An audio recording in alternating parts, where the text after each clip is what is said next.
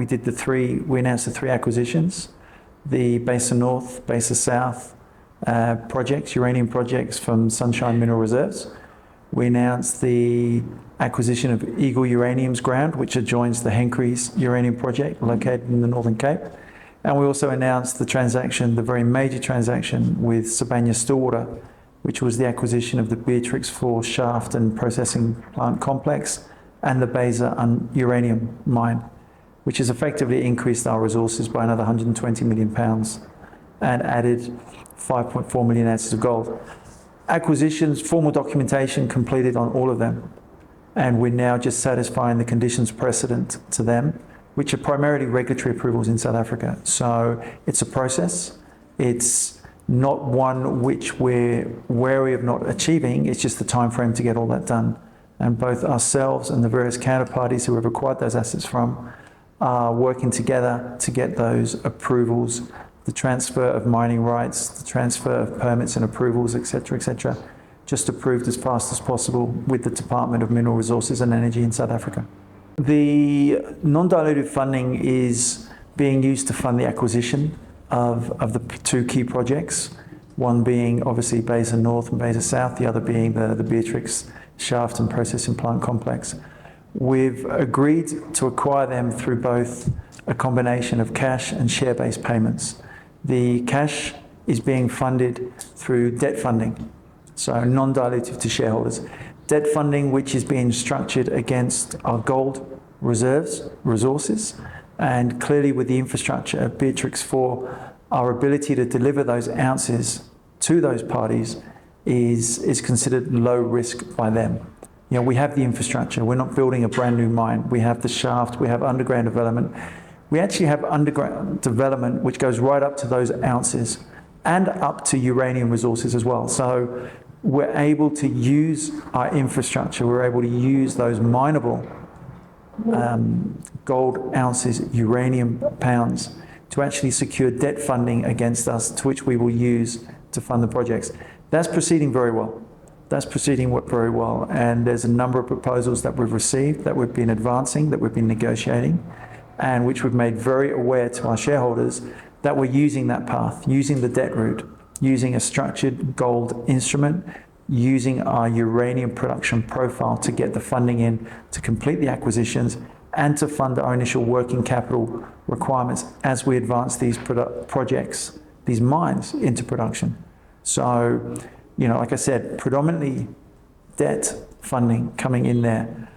As part of the transactions, we've agreed to issue the vendors, the people that we're acquiring these assets from, shares. We've issued them shares because they want shares in our company. They want to retain exposure to their projects. You know, the Sunshine Mineral Reserves, Charlie Watts, who's their CEO, they have bought into our strategy. If we were to have acquired that for cash, the cash component would be far higher than the combined cash and share-based component.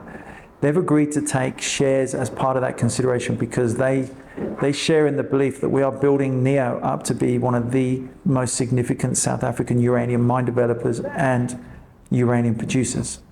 The transaction with Sibanye-Stillwater is even more important.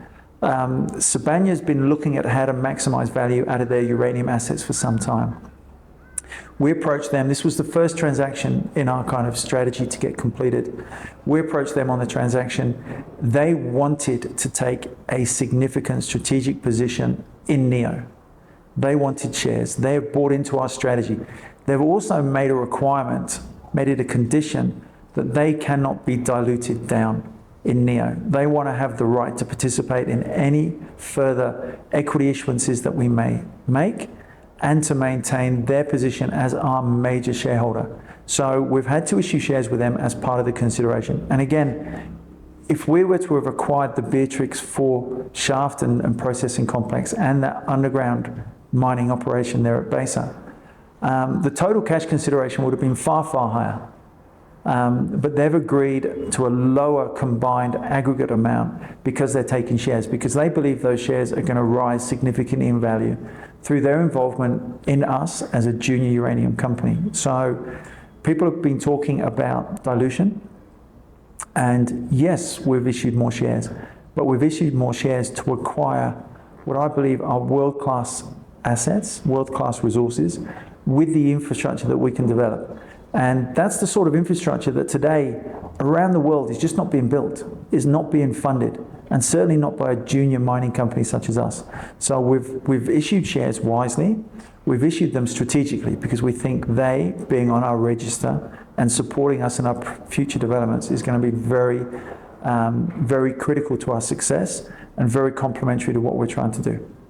We've had multiple proposals put to us, particularly after we announced the transaction with Stillwater, with Sibanye-Stillwater, because then people were able to see very clearly that we had a very clear pathway to production. We had the infrastructure, the permits, the authorizations to basically start mining once we'd completed the refurbishment. We don't have to build a brand new mine. We don't have to seek approvals and authorizations that can take anywhere up to 2 years. We have that. We have to go through regulatory approvals, absolutely, but it is a far quicker process which we will complete as quickly as we can in 2025. So we've received multiple proposals from them on both the uranium side. So we've had proposals from offtake and trading groups that are looking to secure a long-term supply of uranium. And those parties are willing to prepay against that proposed delivery of uranium pounds to them in the future.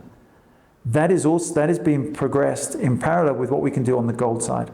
As I said, we've been received significant interest proposals from parties that want our gold, that want the gold in terms of a streaming, a royalty, and a prepayment. You've seen a number of companies do this. Even Sibanye-Stillwater did this just before Christmas. They did a streaming deal, a gold streaming deal with Franco-Nevada out of North America, and secured $500 million upfront against future gold deliveries to them. We've got the capacity there to do that. We've got 5.4, I should say, million ounces of gold resources, and a very large proportion of them in that measured and indicated status, and a very large proportion of them already developed. So we've got numerous proposals which we will review. We will review with our advisors, and we will make sure that we choose the best, most optimal financing, a combination of the uranium offtake funding and against that gold production as well.